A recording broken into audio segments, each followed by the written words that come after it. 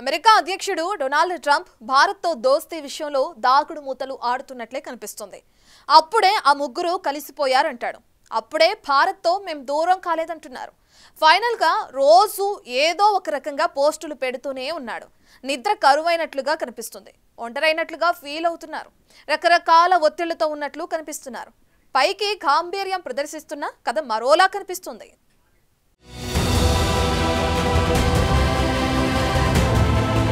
ఒక్కసారి ట్రంప్ పెట్టిన ఈ పోస్ట్ చూడండి. ఇండియా రష్యాను చైనాకు కోల్పోయామన్నాడు.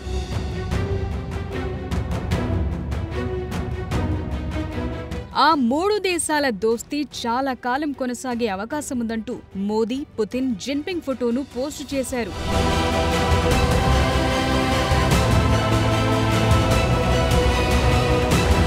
సీన్ కట్ చేస్తే వైట్ హౌస్ లో ట్రంప్ చెప్పింది ఇది. I'll always be friends with Modi. He's great prime minister. He's great. I'll always be friends, but I just don't like what he's doing at this particular moment. But India and the United States have a special relationship. There's nothing to worry about. We just have moments on occasion. How are trade talks going with India and with other countries that you haven't reached a trade deal with, Secretary Vestager? They're going great. Other countries are doing great. We're doing great with all of them. We're upset with the European Union because of what's happening with not just Google, but with all of our big companies. They just, hit them with this mess, these unbelievable fines, $17 billion and $14 billion. And they use that money to run Europe. Trump మాట మార్చేశారు. ఒక step down అయ్యారు. మోదీ తనకు చిరకాల మిత్రుడన్నారు. ఆయన great prime minister అంటూ ప్రశంసించారు. పొగడ్తలు ఒక రేంజ్కు వెళ్లాయి.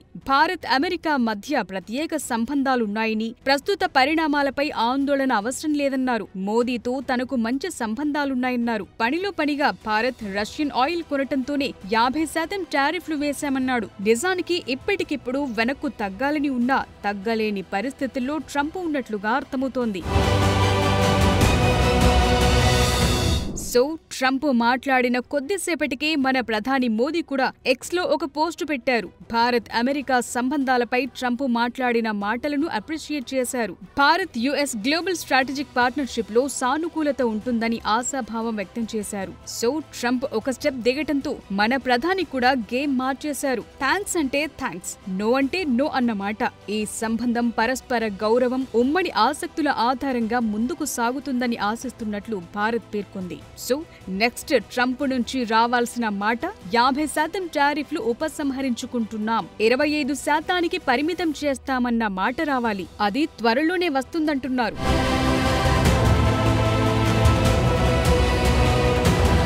ఎస్సీఓ సమిట్ లో మోదీ, పుతిన్, జిన్పింగ్ చాలా నవ్వుతూ మాట్లాడుకున్న దృశ్యాలు ప్రపంచవ్యాప్తంగా తీవ్ర చర్చకు దారితీశాయి. దీనిపై ట్రంప్ కూడా ఇబ్బంది పడిన పరిస్థితి. అందుకే ఆ ముగ్గురి ఫోటోలను పోస్టు చేసి రష్యా, భారత్ తమ చేతుల్లోంచి వెళ్లిపోయాయి అన్నట్లు కామెంట్ పెట్టారు.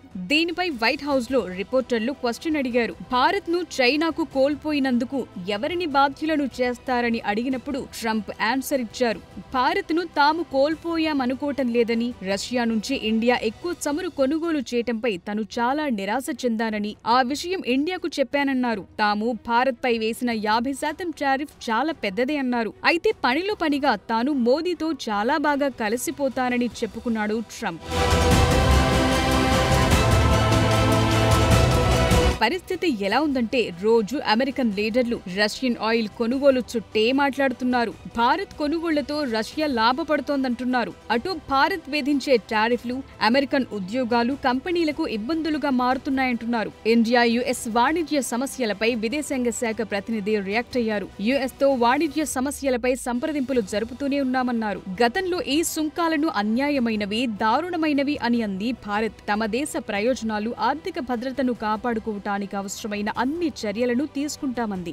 రైతుల విషయంలో రాజీ పడేదే లేదని ప్రధాని మోదీ కూడా చాలా సందర్భాల్లో చెప్పారు.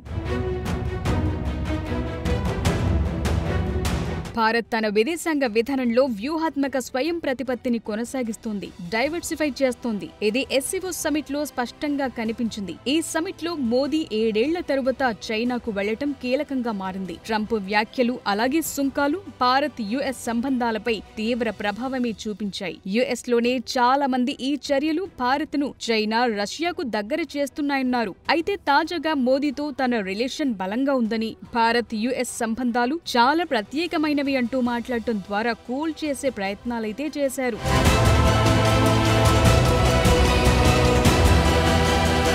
డిఫెన్స్ మినిస్ట్రీని వార్ మినిస్ట్రీగా మారుస్తూ అధికారిక ఉత్తర్వులపై ట్రంప్ సంతకం చేసినప్పుడు ఈ డైలాగ్స్ మాట్లాడారు.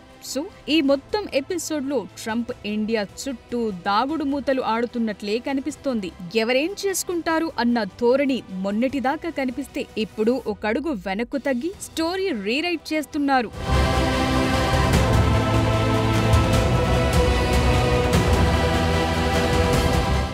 ఇప్పుడు ట్రంప్ పరిస్థితి ఎలా ఉందంటే ముందుకు రాలేడు, వెనక్కి పోలేడు అన్నట్లుగా మారింది. డొనాల్డ్ ట్రంప్ నిన్న మొన్నటి వరకు సుంకాల విధింపుతో ప్రపంచ దేశాలకు నిద్ర లేకుండా చేశారు. సీన్ కట్ చేస్తే ట్రంప్కు ఇప్పుడు నిద్ర కరువైనట్లుంది. రోజు ఇదే సబ్జెక్టు చుట్టూ పోస్టులు పెట్టడం, మాట్లాడడం జరుగుతుంది. పైగా రష్యన్ ఆయిల్ పాటే పడుతున్న ట్రంప్కు భారత్ కూడా గట్టిగానే కౌంటర్లు వేస్తుంది. ఎక్కడా తగ్గటం లేదు. ఇండియాపై ట్రంప్ సాఫ్ట్ టోన్. ఒక మెట్టు దిగిన ప్రెసిడెంట్. బంధం బాగుందని కామెంట్. SCO సమ్మిట్ మీటింగ్ తర్వాత ట్రంప్ నోటి మాట ఆగిపోయింది. నోటి మాట రాక ట్రూత్ సోషల్ మీడియాలో పోస్టులు పెడుతూ వచ్చారు.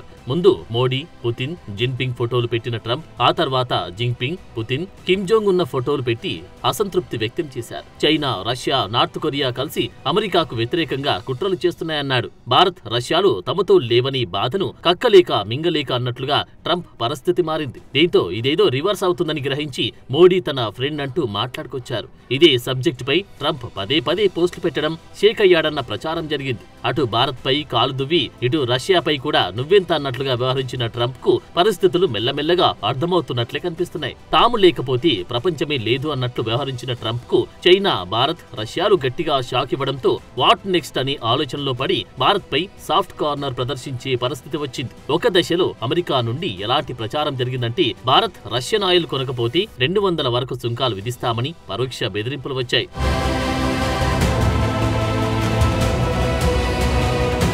ట్రంప్ వన్ సైడ్ మాటలకు భారత్ కూడా ఘాటుగానే రియాక్ట్ అవ్వాల్సి వచ్చింది. తగ్గేదేలే అన్నట్లు మన చర్యలు కూడా కనిపించాయి. ఎంతవరకైనా రెడీ అన్నారు. టెక్స్టైల్, ఆక్వా, ఆభరణాలు ఇలాంటి ప్రొడక్ట్స్ పై ఆల్టర్నేట్ మార్కెట్స్ వెతికి పనిలో పడ్డారు. మరోవైపు ఇప్పట్లో అమెరికాకు వెళ్లి ఏ కూటమి సమావేశంలోనూ ట్రంప్ కు ఎదురుపడొద్దని భారత్ డిసైడ్ అయినట్లు కనిపించింది. ఎందుకంటే ప్రధాని మోడీ ఇటీవలే కీలక నిర్ణయం తీసుకున్నాడు. ఐక్యరాజ్యసమితి జనరల్ అసెంబ్లీ హైలెవెల్ సెషన్ కు హాజరై భారత ప్రధాని నరేంద్ర మోడీ ప్రసంగించాల్సి ఉంది. అయితే తాజాగా విడుదలైన స్పీకర్స్ లిస్టులో మోడీ పేరు లేదు. ఆయన స్థానంలో విదేశాంగ మంత్రి జైశంకర్ పేరును చేర్చారు. దీంతో మోడీ ఉద్దేశపూర్వకంగానే ఆ పర్యటన నుంచి తప్పుకున్నారనే చర్చ జోరందుకుంది.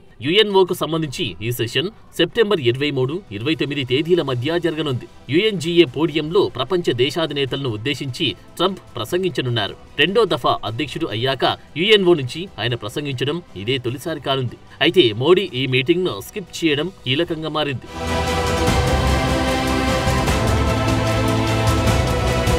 భారత ప్రధాని నరేంద్ర మోడీ ద్వైపాక్షిక చర్చల్లో భాగంగా ఈ ఏడాది ఫిబ్రవరిలో అమెరికాలో పర్యటించారు. అయితే 50% సుంకాల విధింపు తర్వాత ఆ సీన్ పూర్తిగా మారింది. రష్యా చమురు, ఆయుధాల కొనుగోలు నేపథ్యంలో ట్రంప్ భారత్ పై సుంకాలు విధిస్తున్నట్లు ప్రకటించారు. తక్షణమే కొనుగోలు ఆపాలంటూ అల్టిమేటం జారీ చేశారు. కానీ ఎలాంటి పరిస్థితినైనా ఎదుర్కొనేందుకు సిద్ధమని మోడీ ప్రకటించారు. భారత్, రష్యాలు అమెరికాకు దూరమై చైనాకు దగ్గరవుతున్నారనే ఆరోపణ చేసిన ట్రంప్ కొన్ని గంటలకి మాట మార్చారు. అలాంటిదేం లేదన్నారు. భారత్తో బంధం ప్రత్యేకమైందన్నారు.